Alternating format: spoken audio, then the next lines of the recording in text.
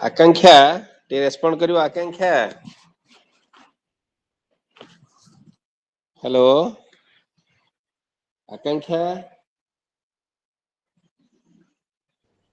Hello sir hello नमस्कार आज्ञा sir कहतु हाँ अरे रेगुलर क्लास रे जॉइन करो हला आज्ञा आज आज्ञा सांगसाथी माने अछन ता कुह रेगुलर जॉइन करिवे इग्नो एते करिकी क्लास दउची एक्सपर्ट माने पाठ पढौचंदी हला आज्ञा हौ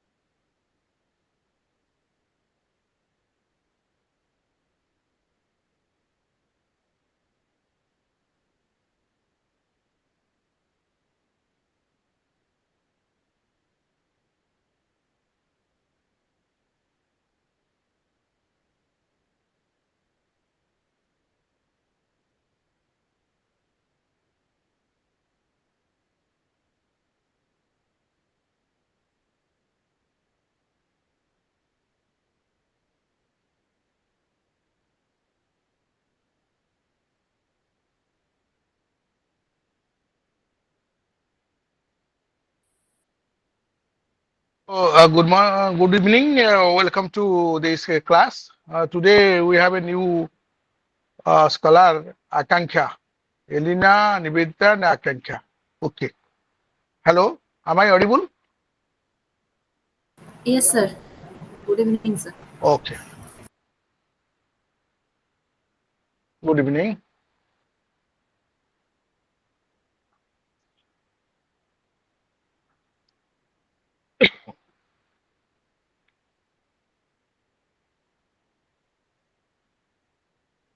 Uh, So we'll start today.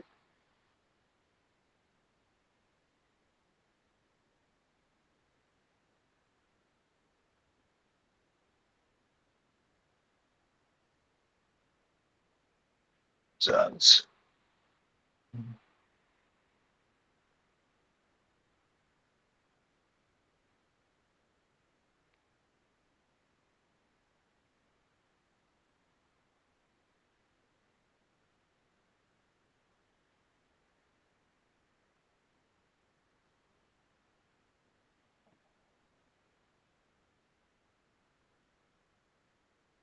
So yesterday we had a discussion about the uh, development of higher education, and today we'll discuss the Unity 4 to talk about, that is 456, Unity 456, right? 46.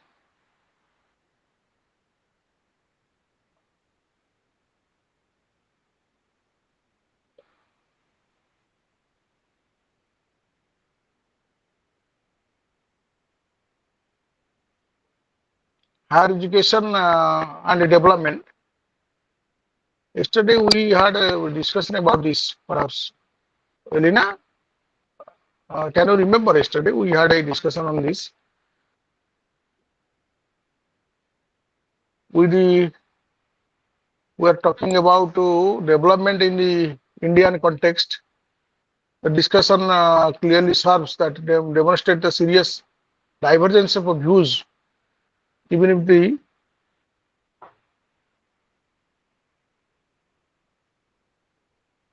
one thing is, however, clear that the development involves something more, the economic growth, development.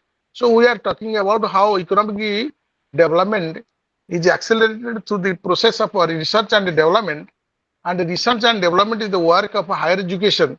So higher education encourages research and development. Higher education for leadership and social criticism. Yesterday we are discussing about this. So we had completed Unity 4, So today we'll go for another unit, that is Unity 5.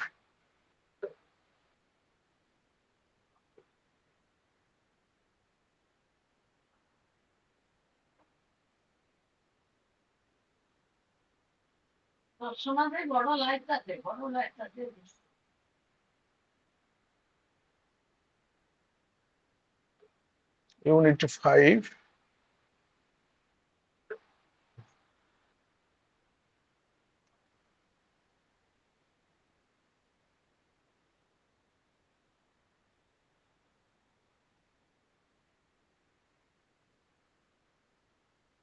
Unit 5 is constitutional provision regarding Indian higher education.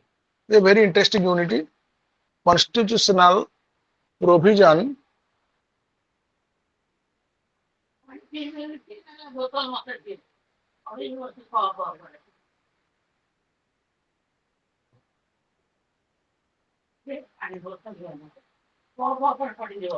Party करो ना मुझे takes हम मुथुआई मैं got it मु जान ली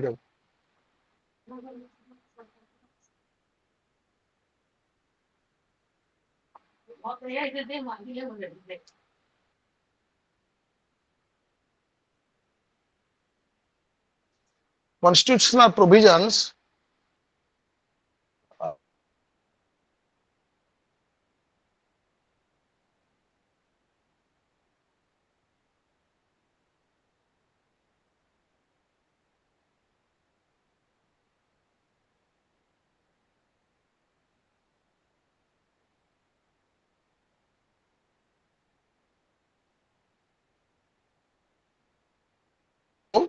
Am I audible?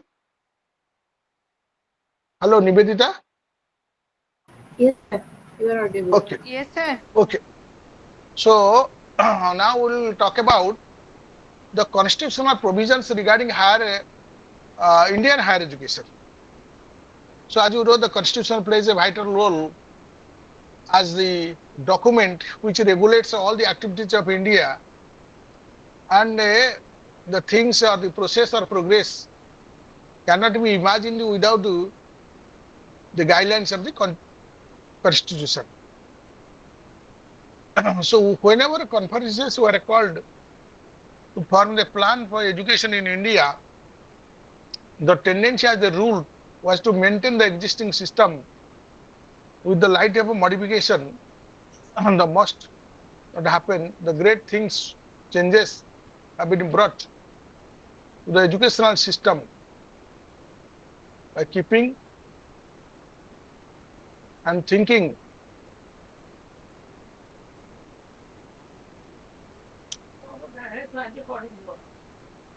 so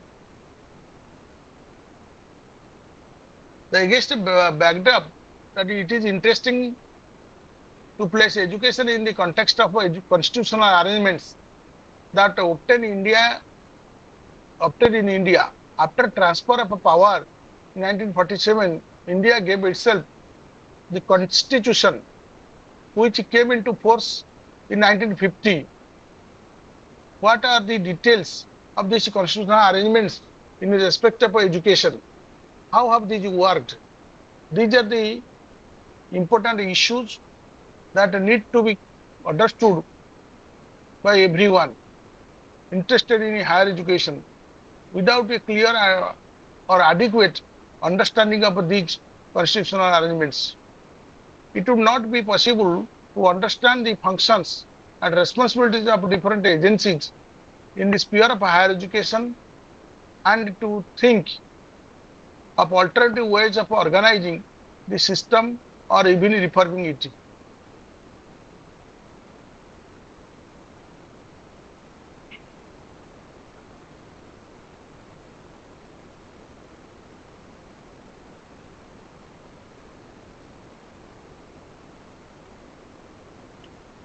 So what would be the what would be the learning outcomes?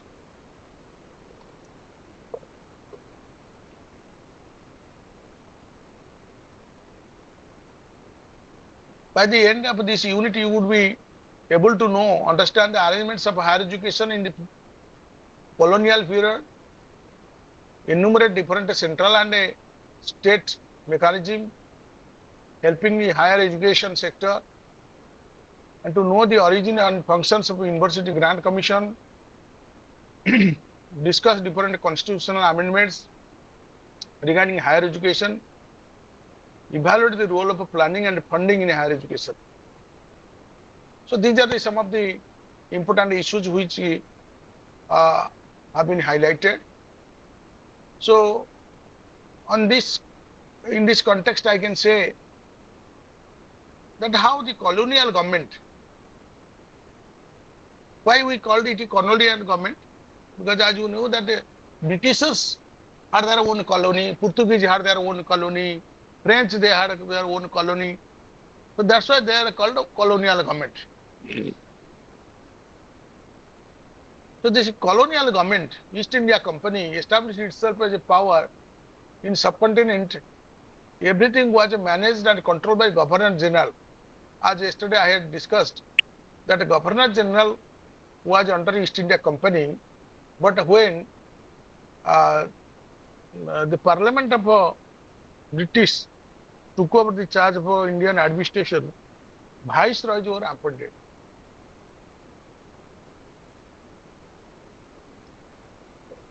Throughout this period, in practice, all education from the lowest to the higher level was managed by the Governor General in Council. Regional authority was vested in the provinces, where directors of public instruction looked after lower levels of education. The universities, however, continued to directly under the Viceroy and the Governor General. It was in recognition of this fact, two commissions, one in 1882 and another in 1992, were appointed. So as you know, that we are talking about that granting aid policy which was uh, declared and propagated after Wood's dispatch, 1854. And this granting aid policy was not only extended to secondary education, as you know that today also there is a granting aid policy, and the granting aid policy is not given to primary schools. This is for secondary education and higher education, particularly the secondary, higher secondary and college education. The regional authority was vested in provinces where directors of public instruction looked after lower levels of education. The universities, however, continued to directly under the Viceroy and the Governor General. It was the recognition of this fact that the two commissions, one is the 1882, that is called Hunter Commission, otherwise known as the Indian Education Commission. That actually 82, that gave a very good clear picture, because as you know that in 1854 granting aid policy came up, but in 1857 there was a CPA meeting. So all over the country there was an alert and there was a movement against the British forces. The mighty British rulers were challenged in different spheres everywhere. That's why from 1857 the British government thought that the king, I mean the parliament of England, thought that no more the East India Company can handle the matters of India.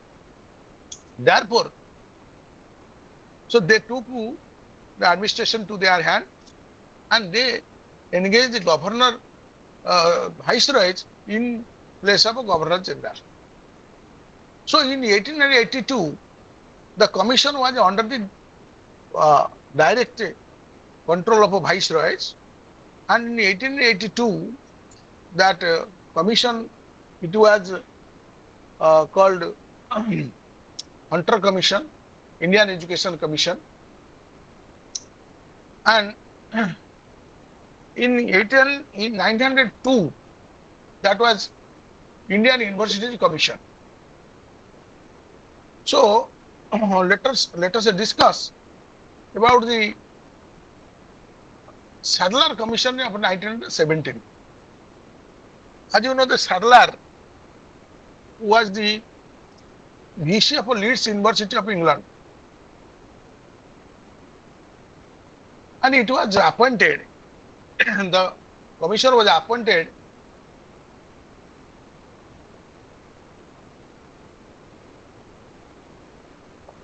to inquire into the conditions and prospects of a University of Calcutta. It was on the perspectives of a Calcutta University only, although the recommendations of a Calcutta University Commission or Sadler Commission did not introduce any significant change in the governance of universities. It is instructive to all to recall that the commission did suggest a large measure of autonomy to the teaching body of the universities and advocated to mature responsiveness to the needs of the students served by them. By the time it reported, the Morley-Montagu reforms had been introduced. So, there are two things we have to observe. That number one is that Calcutta University Commission suggested certain measures. So, the measures were interpreted and the system of a diarchy continued till the introduction of a Government of India Act in 1935. What is that diarchy? That the Secretary of State for Indian Affairs and some subjects were transferred to Indian ministries who are responsible to provincial legislature, which consisted of a largely elected majority. So as you know that it was by the year 1900, approaching 1937, you can say that prior to that there was provincial autonomy, provincial government. So this diarchy means these two were given the responsibility. One, it was under the unusual form of a political constitution that India's first contained the control of education department. Education department, that's why it is called that it was transferred to the legislature. That is called the direct. This system of a diarchy continued till the introduction of a government of India. As you know that the world war, why British government succumbed to the demand of India, it was because of the spot of World War. So in 1854, this grantee-net policy was completely could not be introduced because in 1857 there was a Sipahi mutiny, political turmoil. In spite of that, 1882 Commission suggested rigorous implementation.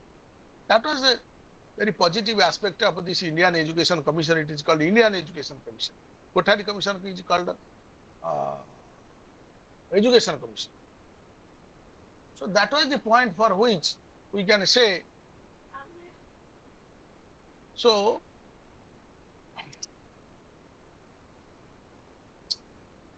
according to this act, the distinction between reserved and transferred subjects was done away with. Though the governor had the power to veto any decision in case he felt it was necessary to do so, the authority could be exercised by Indian ministers. However, there was hardly any occasion when this power of a veto was exercised. Secondly, according to this act, distinction between reserved and transferred subjects was done away with. So the governor had the power to veto any decision in case he felt it was necessary. Although provincial autonomy was sanctioned, granted, but there was also veto in the hands of the governor. Once education became a provincial subject in 1921, education became provincial subject. Why it is called provincial? Because provinces were given certain autonomy by the elected members. As you know that Bihar and Odisha was one province, and Gopabandhu was elected to Patna because it was a province that was given the autonomy, and the central government found that it had no mechanism to coordinate with the provinces. Two important steps were taken to deal with this situation. One was to establish Central Advisory Board, 1921, and the second was to persuade the universities to set up an Indian University Board in 1925. The former body had the Minister of Education. So you see the Central Advisory Board of Education was established in 1921. Advisory board, function of advisory board is to give timely advices to the government, the provinces to regulate the education. Second was to pursue the universities to set up inter-university board. So it was also expected that inter-university boards were to be formed in 1925. So again the Act 1935 didn't lead to any significant change except that it put an end to the inherently defective system of a diarchy. Diarchy means having some power somewhere and the other power in other's hand. This act was particularly important in another respect. For the first time, the constitutional distinction was made between powers of the center, that is federation, as it was known as in the 1937 Act, 35 Act, and those of the provinces. Two lists of subjects were drawn up in the Act. One enumerated in central powers and the second in the provincial powers. There are two powers, that is the federation of the provinces, where India became the federation of the provinces. Therefore, there is central power as well as the state power. So, this pattern is also being followed at present, because our central government, central taxation, state government, state taxation, and that government of India has kept this education under concurrent list, where both of the parties can operate to renovate and develop educational system. So the state list and the third list, which shows the areas in respect of which the center has concurrent powers, which means that in case of a law is adopted by the center, it has to have precedence over the corresponding state laws. So state laws can be just overruled if the central rule or laws will be implemented. That was the power of concurrent list. The University Education Commission, which had been appointed in 1948 under the chairmanship of Dr. Sarvapalli Radhakrishnan, made an interim recommendation to government wherein it is suggested that education be made a concurrent subject. The constitution was then under preparation, and a proposal in regard to the constitutional position of education was in order. The recommendation was not accepted by the Constituent Assembly. However, a compromise was worked out under list 1 of the 7th schedule, wherein the powers of the center and the state are listed. Certain entries were inserted which give far-reaching powers of the center. So now, entries 63, 64, 65 and 66 dealt with the various issues regarding higher education. Entry 63 concerned the control of a constitution like the National Library, like the National Library Calcutta. There is a National Library in Calcutta, now called Central Calcutta University, now called is a National Library in Calcutta University. Now it is called as Central University, Calcutta University, Central University. Like Banaras, Aligarh, Delhi. Entry 4 dealt with the institution of a scientific and a technical education which may be financed wholly or in part by the government of India, by the government of India, and it declared by the Parliament to the institutions of national importance, IITs, under these categories. And these entries helped to establish the centers of excellence in learning. There are many examples, and they include the Indian Institute of Science at Bangalore and Gujarat Vidyapita were also established. The most important of these entries is 66, which reads as like coordination and determination of standards of institutions are higher.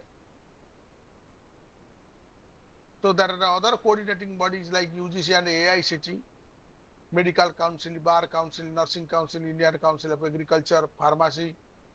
So these are some of the topmost bodies which were formulated and after the entry of 66 that these bodies were constituted.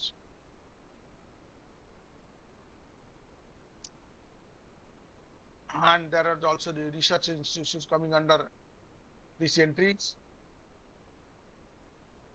And the role of UGC, AICT is coordinating, coordination, quality management, quality control.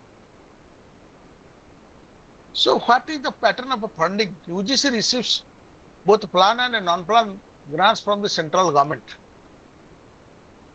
Nivetha, can you say what is plan and what is non-plan grants? What is plan grants?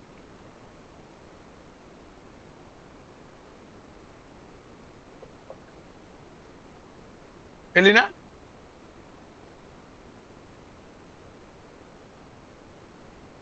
Hello? Hello? Yes, sir. What is a plan grant? What is non-plan grant?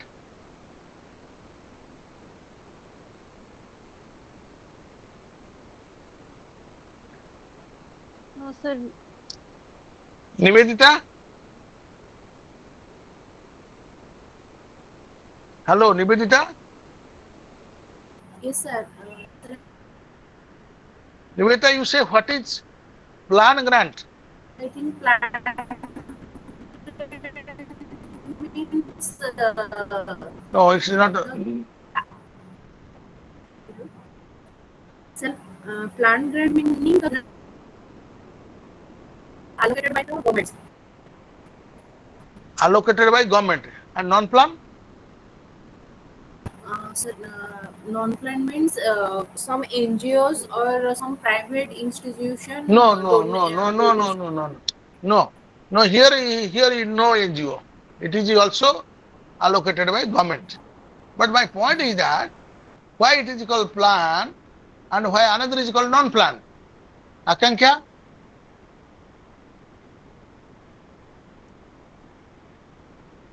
Akankya is there, no? Or Barsha? Anybody, if you have any idea? Barsha? Hello?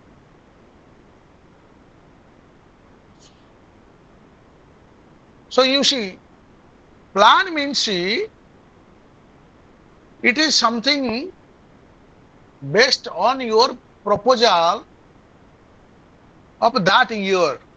You want to develop something, you want to develop institution, set up library, research laboratory, playground, classroom. You have certain plan. That the allocation is called plan allocation.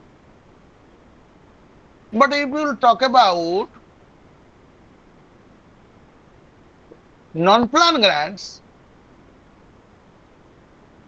it is the mandatory cost. That means it is usual cost. For example, the salary of the institution is non-plan. Normally, you see that plan means already planned expenditure is no. Non-plan means already the expenditure is a usual phenomenon. So non-plan expenditure and plan expenditure are different. That's why non-plan grants and plan grants are different. Non-plan grants are mandatory.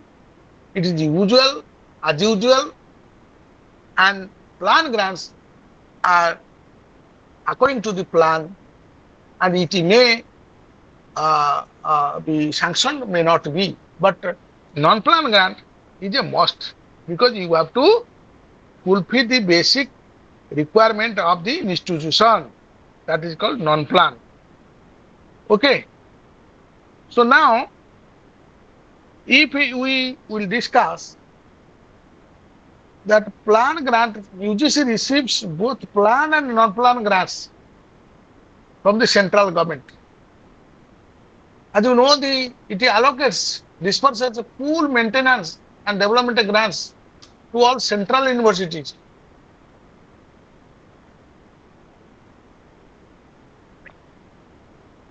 To central university. Central university providing funding to, as you know, Odisha, we have one central university. Where is the location of the central university?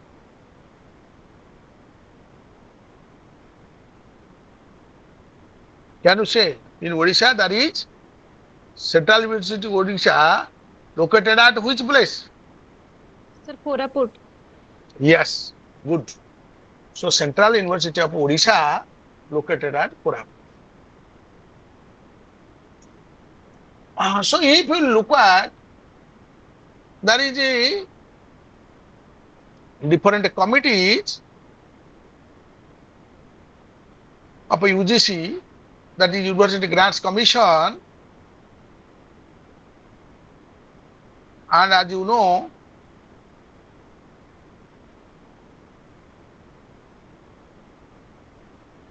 in 1972,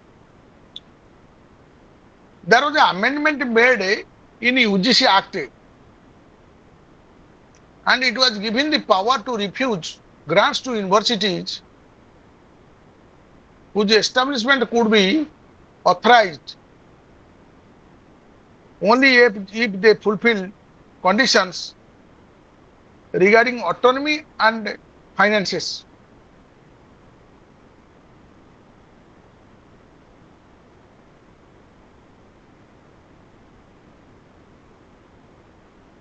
As you know, there are the different developments. Like UGC, AICT is constituted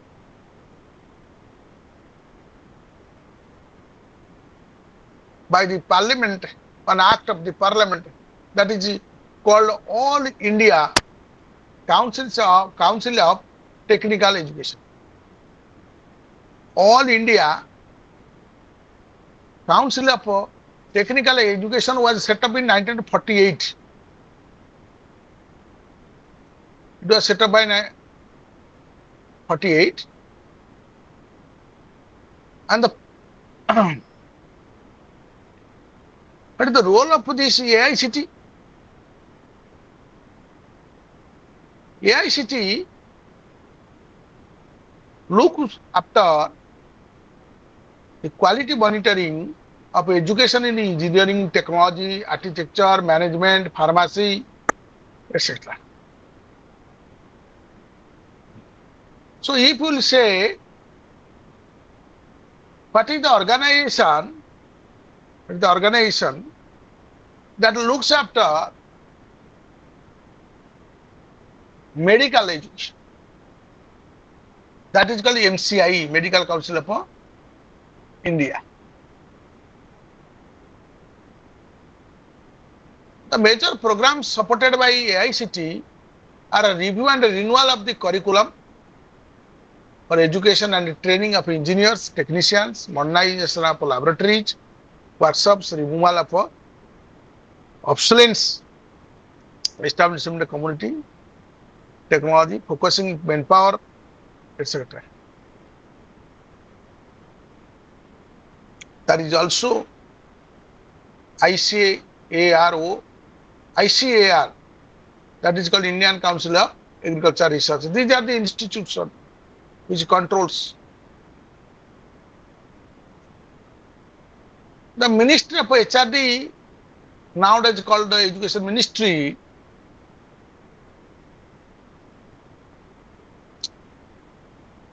upholds the human resource development programs in the country. At the state level, as you know that at the central level, the Ministry of Education and Youth Affairs was changed to, the nomenclature was changed to Human Resource Development Ministry. It was called Human Resource Development, and now there is also grants provided to the AICT, UGC, MCI. So these are the some of the leading organizations. As you know, the IITs. IITs are separately managed by IIT Council, which is presided over by the Union Ministry of Education.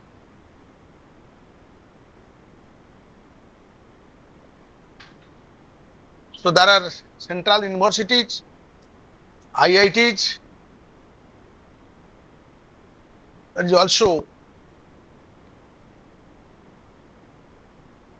UGC funded central universities, AICT funded Institute of National Importance and medical colleges under MCI.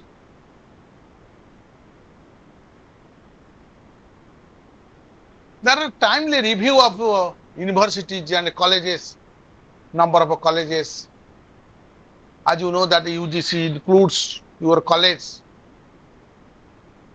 under 2F and 12B, unless your college is being recognized, the college is not under.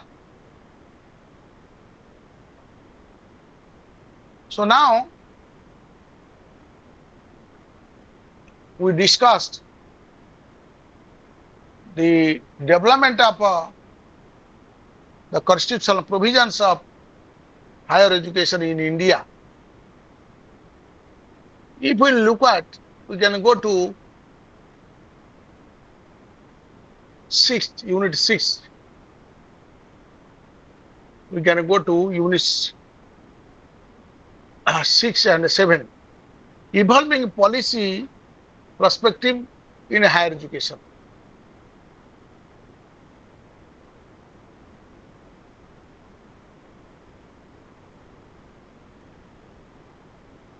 Evolving policy perspectives in higher education. And higher education through 5-year plan. Another is higher education through 5-year plan.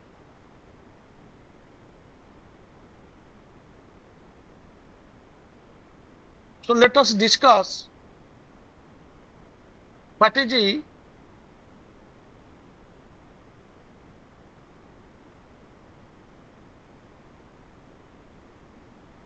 evolving policy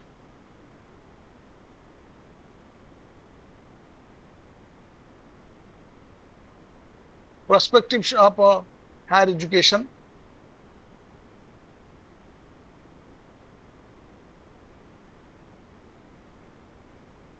Let us discuss this.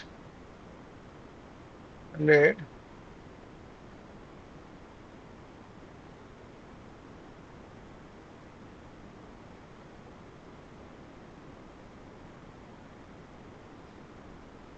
us discuss Unit 6. Unit 6 is the evolving policy perspectives in higher education. As you know, that a policy document is very important. That's why it's the policy which reflects all the goals and status of a system of education. So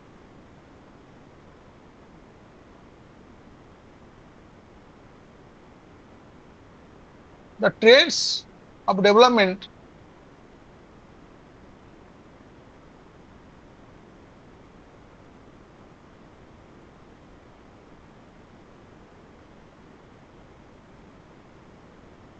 a quick perusal of development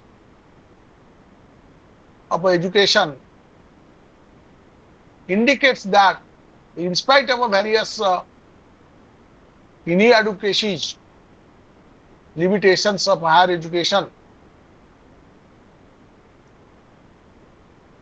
the country has now produced a stock of scientific and technical manpower. So that is called public policy. But the public policy, our policy is to produce manpower. Our policy is to produce manpower. To identify, after all going through this chapter, we can say identify major landmarks in evolution of policy in higher education.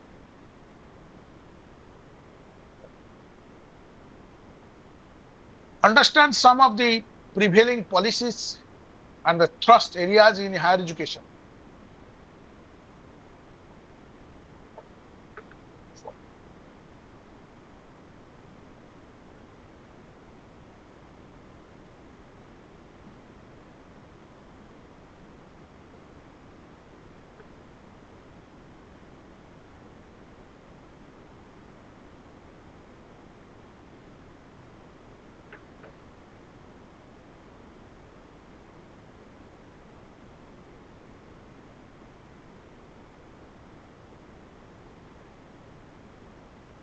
So now, if we look into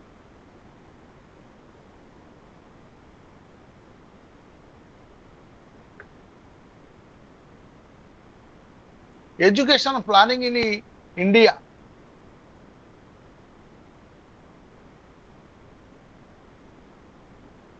in the field of education,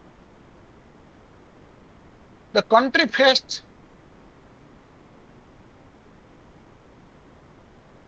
a lot of challenges.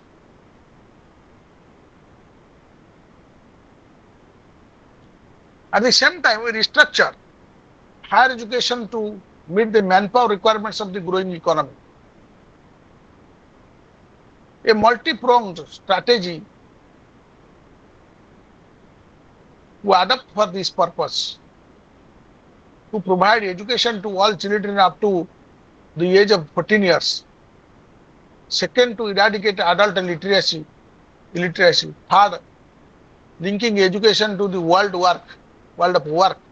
And finally, to strengthen the research and the developmental role of higher education in the structural transformation of the economy.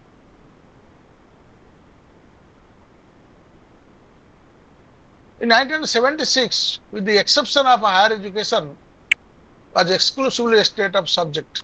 However, 42nd Amendment to the Constitution of India has placed education in a concurrent list in addition to the state government. The Parliament is also authorized to legislate on the matters related to education, and its legislation would have been precedence over that of its states.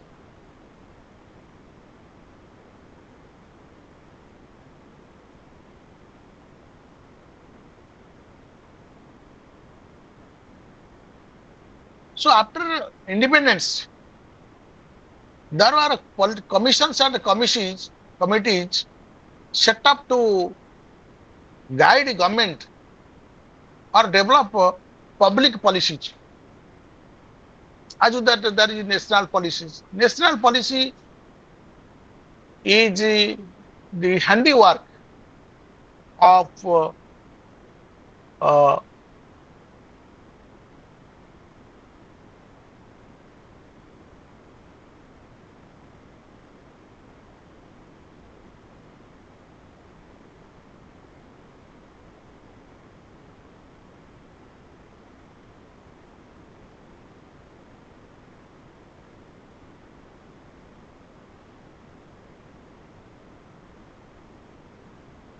National policy is the handiwork of Education Commission. University Education Commission 1948-49, Education Commission 64-66, Policy on Education 1968, Draft Policy on Education 1978, National Commission on Teachers 84, Challenge of Education 85, National Policy on Education 1986, National Policy on Education Program of Action, that is the Program of Action 1992. So these are the some of the important commissions and committees. Let us discuss about University Education Commission. Soon after independence, the process of restructuring and reforming the system of education was started.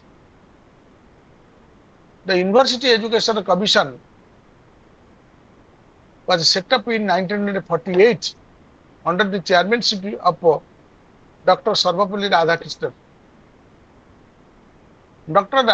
Sarvapalli Radhakrishnan was a distinguished educationist who later became the President of India.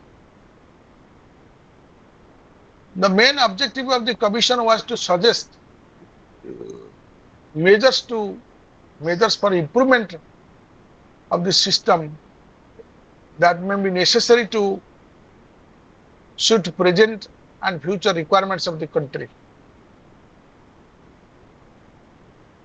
The programs of educational development during the first 3 5-year plans were all based on the recommendations of University Education Commission.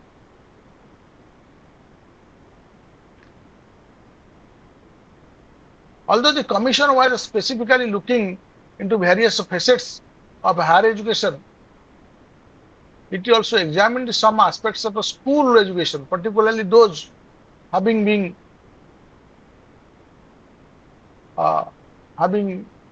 aspiration or desire to undergo higher education. University Education Commission observed that a large majority of students admitted to universities are ill-equipped to take advantage of the university education and suggested radical reforms in secondary education. Following its recommendations, a separate commission for restructuring secondary education was set up in 1952. You know that Secondary Education Commission under the chairmanship of Lakshman Swamy Mudaliar. So, in the study conducted by USC, that means the University Education Commission, it was found that number of actual working days in a year in most universities and colleges are insufficient. Interestingly, it was found that in case of certain universities, the number of actual working days was as low as 120. So the major recommendations of UEC were the aim of education should be to awaken the innate ability to live and to train citizens for democracy, for self-development, to acquaint individuals with their cultural heritage, and to impart to them professional and vocational training. The commission emphasized the role of a study of agriculture in an agrarian economy like India. It is suggested that special attention be paid to the development of higher education in rural areas. It further suggested that on the basis of critical studies about the nature and the type of manpower requirements or availability, scientific and technical base of educational system should be strengthened. Mere imitation and of the existing institutions at home or abroad must be avoided. So they say, and do not imitate other countries or other states educational institutions, rather build the, to say, one system based on the manpower availability and the environment climate. The commission emphasized the role of postgraduate research and training for the advancement of the country. It is suggested that PhD scholars should emphasize both breadth and width of the knowledge. They should not have narrow specialization. Overcrowding at the universities and colleges should be avoided, and the number of working days should be increased to a minimum of 180 days. Now, the colleges do have 180 days, and that was the suggestion of University Education Commission. Overcrowding at universities and colleges should be avoided. Overcrowding means Radhakrishnan was suggesting a model where, like, our colleges are packed with the students, a huge number of colleges are flowing, going and coming out throughout the day, should be stopped, because there must be selected number of seats to be available. That was the point.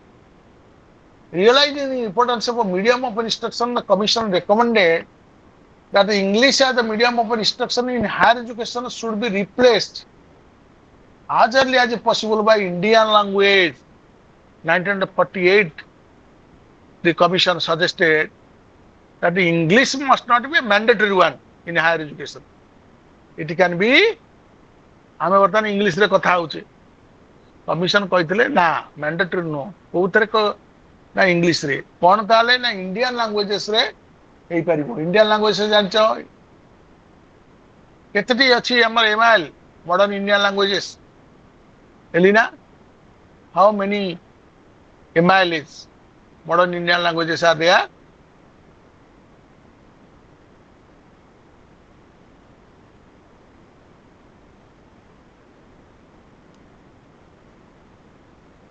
Hello? 22. Yeah, yes, 22 MILs are there. As you know, that Indian languages should be the medium of instruction. And also, this university commission suggested that the university degree should not be required for government administrative services. Special state examinations for recruitment to various state services should be organized. Various state services must be done at the state level. Realizing the deficiency of the examination system and the magnitude of the wastage, the commission recommended a thorough study of scientific methods of educational testing and appraisal. University Education Commission also recommended that the study at the school or intermediate college, ତମେ ସବୁ ପଢିଲା ବେଳକୁ ତ +2 ଆସିଲାଣି, intermediate college ଥିଲା ସେତେବେଳେ, should be the standard for admission. So study, the recommended that the completion of 12 years of study at a school or intermediate college should be the standard for admission to university courses. In the proper structure, the first degree of arts and science was 3 years duration, Do you understand? It is the Commission 1948 Education Commission suggested for 3 years degree and arts or science duration. The degree course in engineering were for 4 years duration after intermediate in science.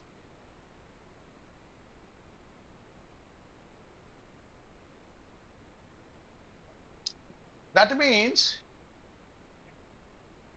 what we see today, that was the suggestion of 1948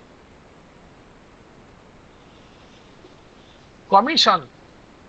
Dr. Sarvapalli Radhakrishnan was the chairman of the commission.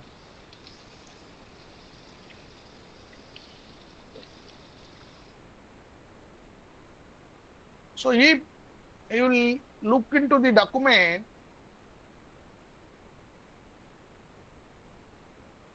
it was intermediate class, after which one can enter to university course. So therefore, for arts and science degree, it is 3 years.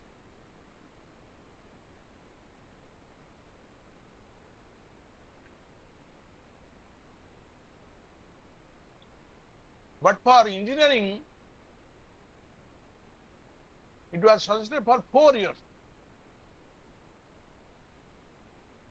The University Commission recommended, Education Commission recommended that in order to divert students to different vocations after 10 or 12 years of schooling, a large number of occupational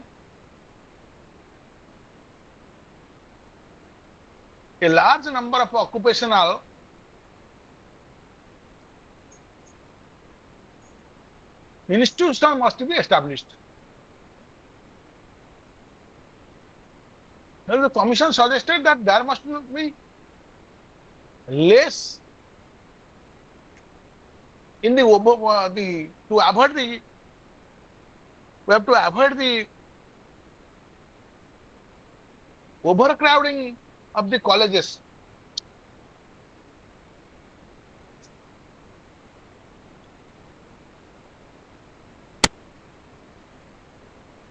How can you overcrowd this overcrowded? It can be this overcrowding of the students can be avoided now by opening vocational institutions. By opening vocational institutions.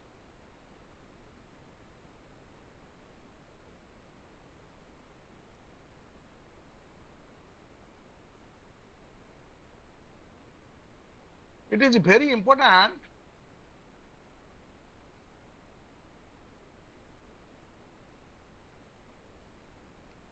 to reduce the load of the educational institutions. The degree course in engineering were of 4 years duration, and to establish more and more number of vocational institutions to avoid overcrowding in the universities and colleges. The commission recommended that the maximum number of students in arts, science and science faculties of a teaching university be fixed at 3,000 and on affiliated colleges at 1,500. It also recommended diversification of higher education so as to provide necessary manpower in critical areas in agriculture and industry.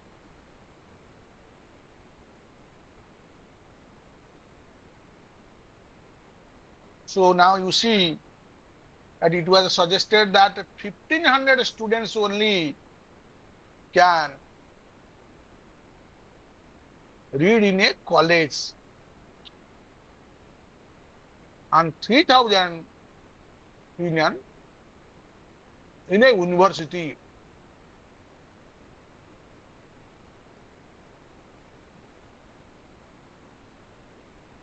So, after 1948, Education Commission, we say it is the Kothari Commission.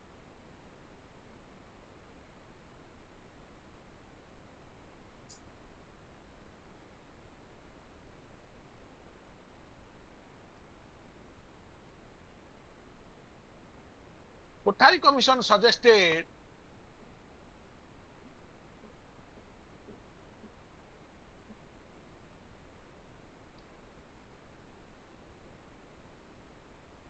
how to expand massive expansion of the higher education.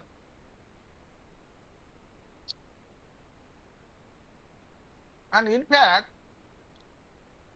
the number of enrollment increased in all the colleges. As you know, National Policy on Education 1968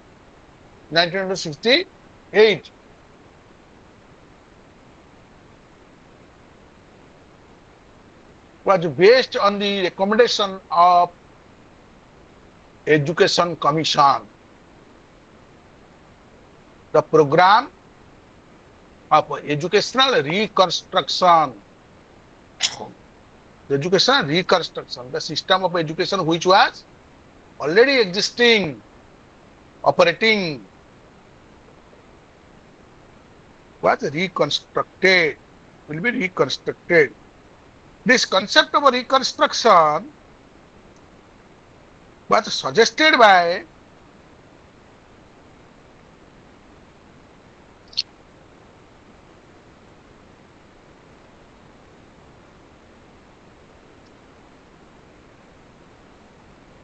transformation of education system so as to relate it to life needs and aspirations of the nation. How? How to transform? Number one, transformation of education system so as to relate it to life needs and aspirations of nation. The objective must be related to life.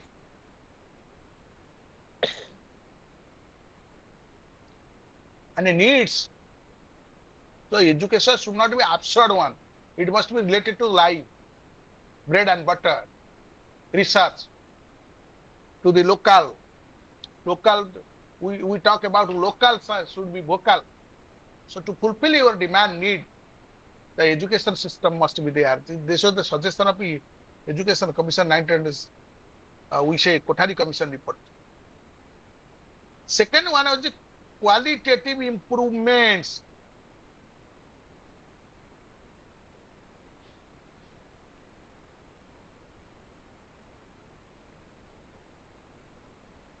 It was suggested there must be quality improvement.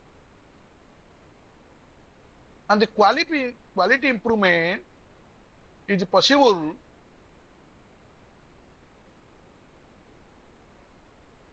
through the development of a standard continuously. And it is the quality which determines the result and the utility of the course.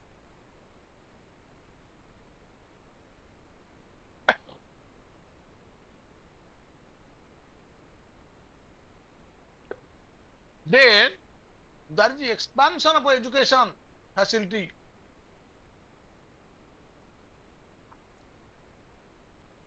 expansion of education facility broadly on the basis of manpower needs with an accent on equalization of educational opportunities. There must be educational institutions all around where there is a need, looking at the manpower requirement and availability of manpower.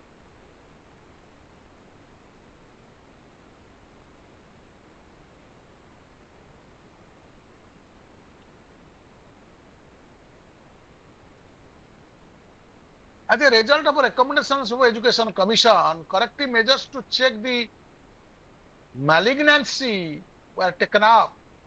Research for excellence in higher education led firstly to the establishment of centers of advanced studies as well as the departments of the and thus special assistance within the university system, and secondly to some augmentation hike of research funding to universities as compared to national laboratories. Universities must be given some additional fund as like to run their laboratory research in different fields, to some augmentation of research funding to universities as compared to the national laboratories.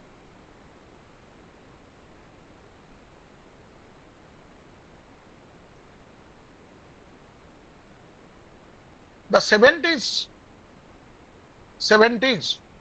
thus was the period of consolidation.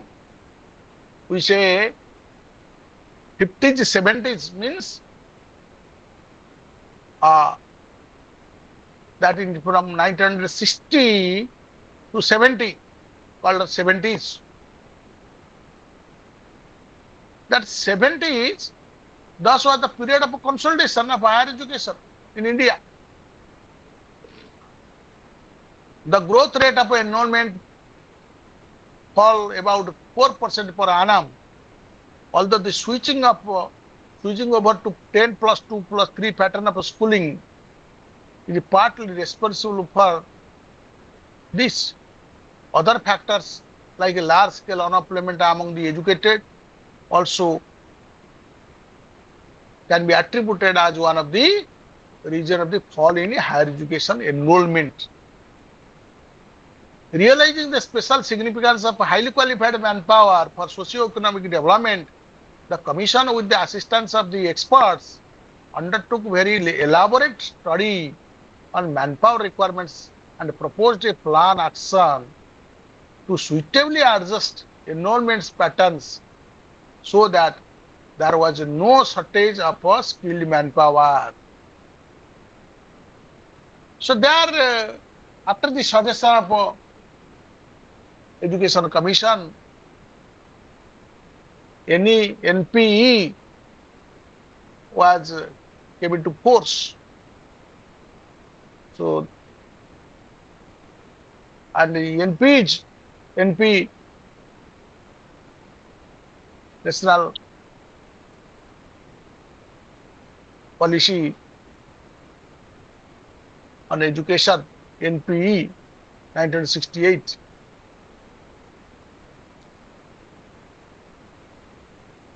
Despite the recommendations of Education Commission, the following situation has also widespreadly it was seen, and the following aspects of higher education especially highlighted in the policy statement, that the number of full-time students to be admitted to a college or university department should be determined with reference to laboratory and library facilities.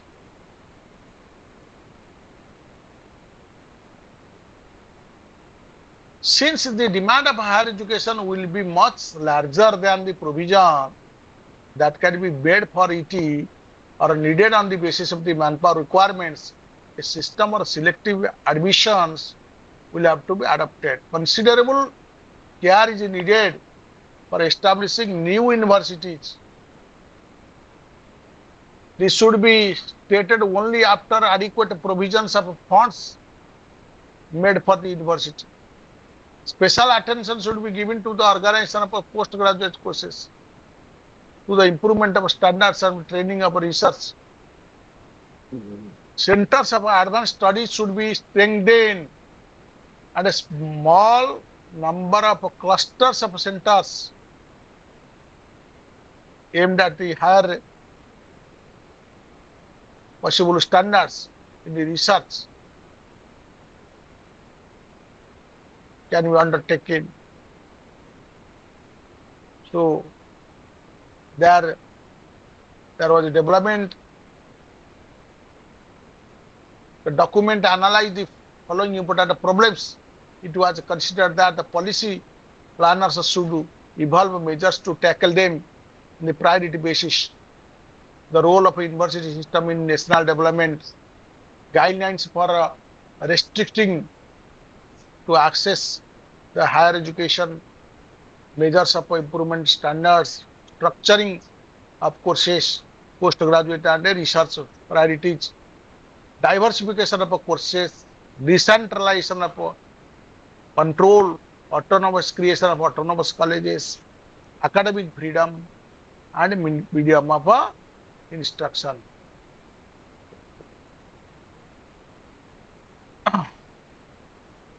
So it was primarily suggested for certain changes that will,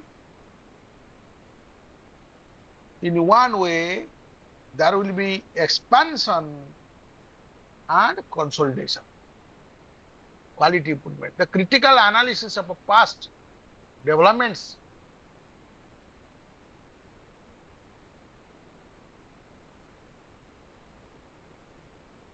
show an overwhelming expansion of enrollment in various stages. Performance with respect to equality was less than satisfactory.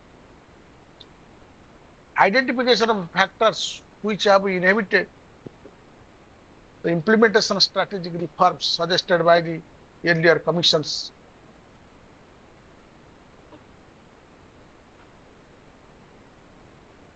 National Policy on Education 1986 came up on the basis of this background. So, based on the findings of NCT, the critical assessment through challenges of education, that in the 1900 challenges of education, the process initiated by NCT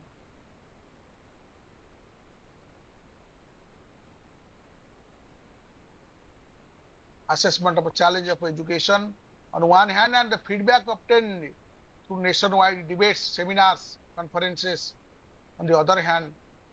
The Parliament in 1986 adopted a policy resolution called National Policy on Education 1986. It was noted that new education policy has particularly reiterated some important recommendations of Education Commission 1964, which could not be implemented fully earlier because of various reasons.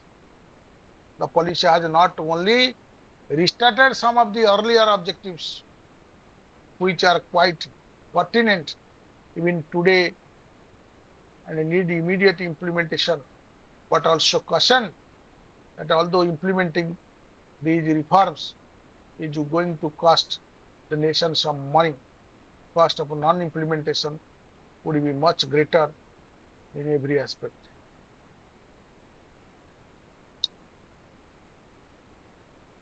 In the newly created Ministry of Human Resource Development, education is now one of the departments human resource development केते गुडे department को नहीं करी हला तार education गोटे department हला ताले एनपी 1986 कौन रिटरेट कला कौन सब आलोचना कला पूर्व कथा एंड सजेस्टेड न्यू इनिशिएटिव्स पुराना कथा को सब कंसिडरेशन को नहीं suggested new things, new initiatives. That is autonomy in university, colleges, decentralized planning and management. The policy has also emphasized the role of an open learning system in enlarging opportunities.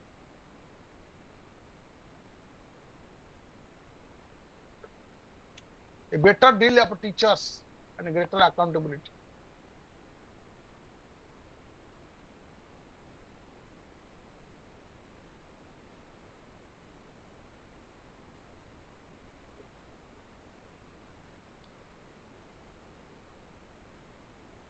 Therefore, this is the newly constituted Ministry of Human Resource Development took a bold step in preparing a sector-wise detailed plan of implementation.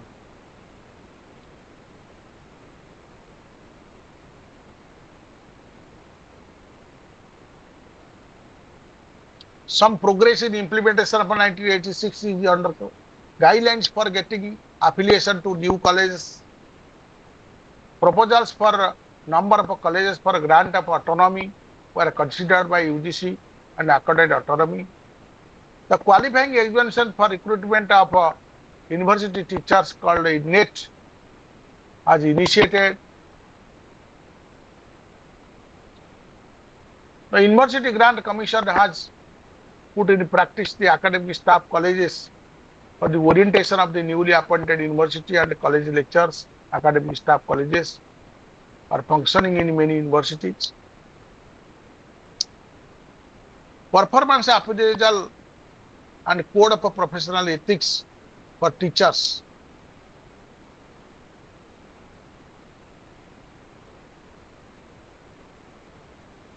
Then the program of action was in 1992.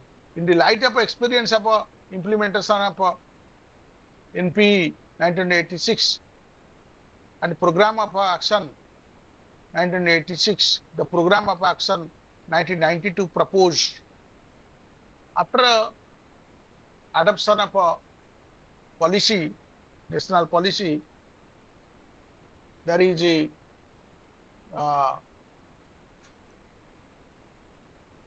program of action.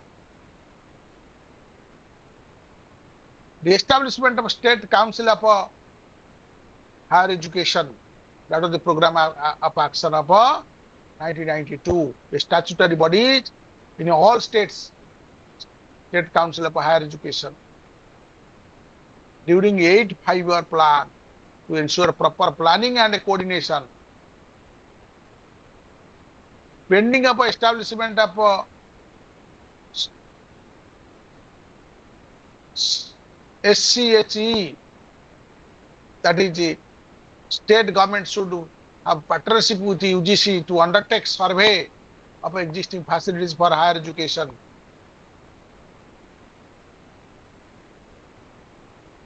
That projected needs of minimizing the establishment cost of universities and colleges by establishing them where infrastructure facilities are easily available. Entrance tests for admission to institution of higher learning will be encouraged. Implementation of a recommendation of UGC. Establishment of a council of autonomous colleges in every state. Initiation of a review of autonomous departments by UGC.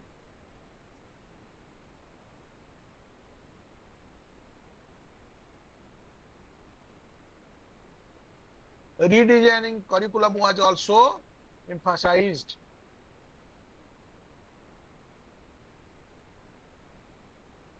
University and industry must be linkage.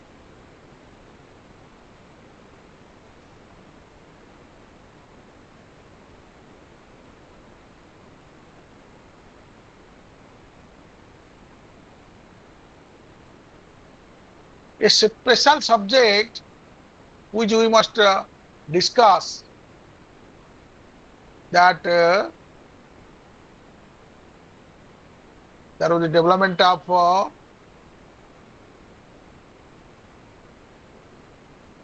industry, education and industry relationship.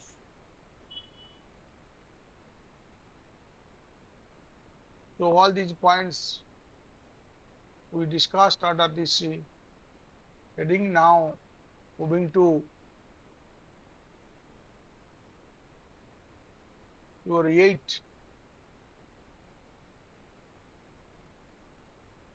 higher education through 5-year plans. 5-year plans 1, 5-year plans 2.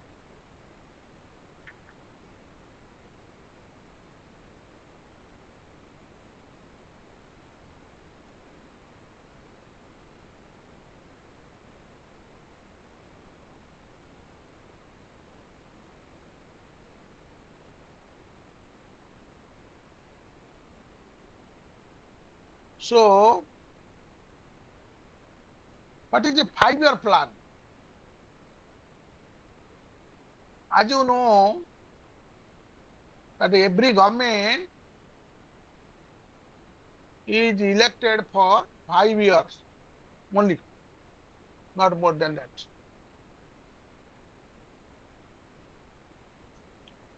But at the same time,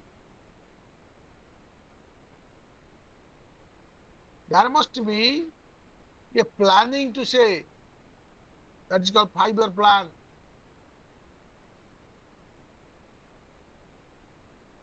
This 5-year plan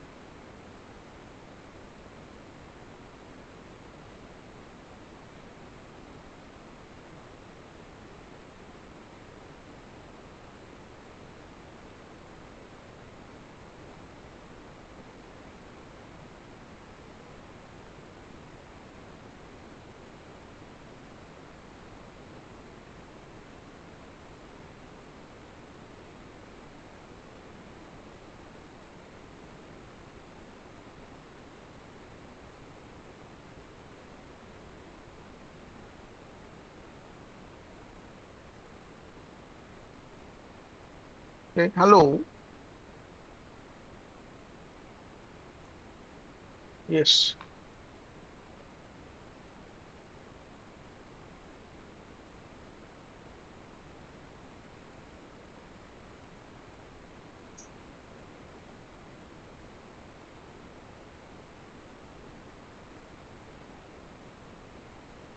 There are two sets of to say, one is the uh,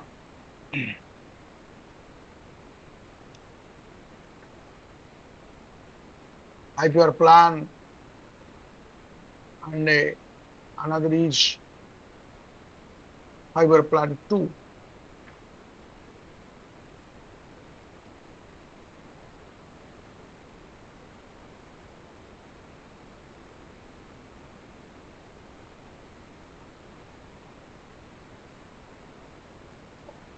So today we will discuss 5-year plan 1.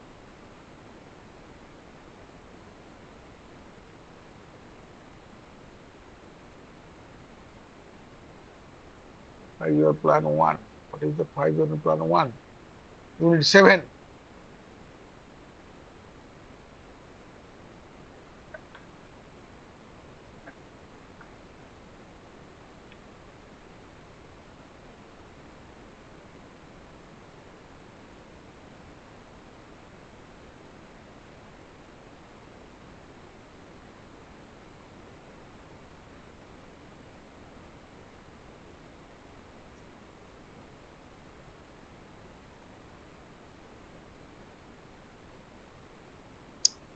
After reading this unity,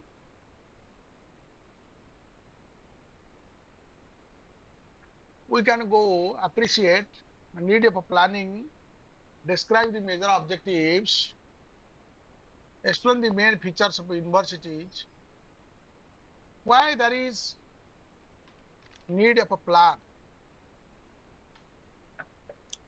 why there is a need of a plan that we will discuss. The plan is necessary to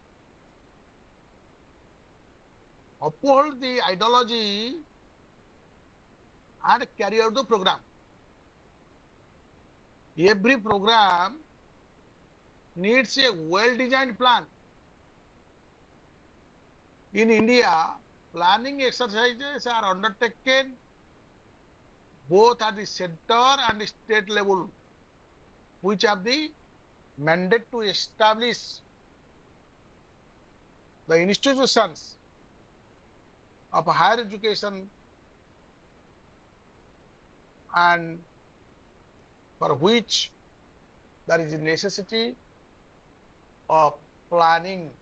There is necessity of planning. So now we can say we have a very good system of planning that is called 5-year plan. That is called 5-year plan. So in this context, we can say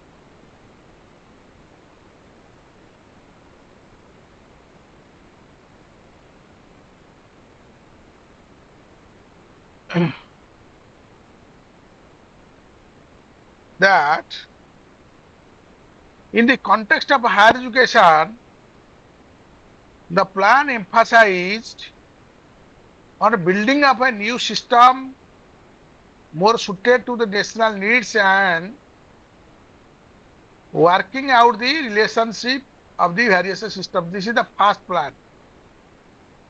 What is the second plan?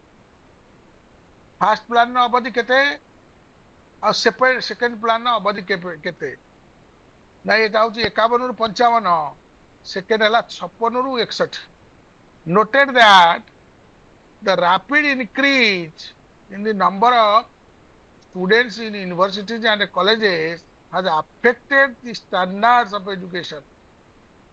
The plan therefore stressed on improvements of the standards of the colleges and university. तापर आयला third plan 61 रु 66. Recognize education as the most important single factor in the achievement of rapid economic development and technological progress of the country. So it is also emphasized that programs of education lie at the basis of the efforts to forge the bonds of the common citizenship, to harness the energies of the people. Seventh plan period 85 to 90. So today we discussed these concepts. For example, seventh plan, then eighth plan, then ninth plan. So these are the plan periods. You go through your materials. If you have any doubt, you can ask me. Sir, Nivedita, planned and non-planned grant ଆଉ ଥରେ ଟିକେ କହିଦେଇଥାନ୍ତୁ. acha. Plan grants are annual sanctions made for or to plan to fulfill